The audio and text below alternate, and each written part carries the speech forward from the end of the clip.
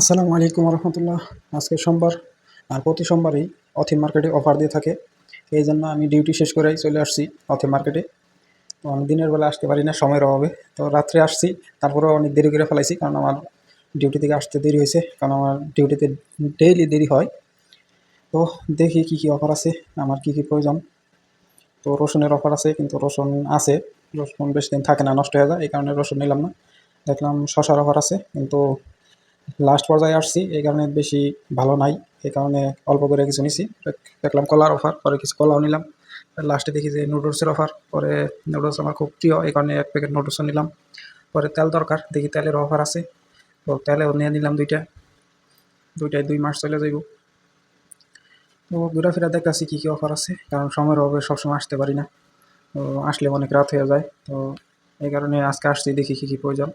তো চাউলের অফার আছে, কিন্তু চাউল আছে 1 বস্তা, এই কারণে চাউল আর নিলাম না। শেষ কেনাকাটা শেষ, কিন্তু কাউন্টারে এসে দেখি অনেক ভিড়।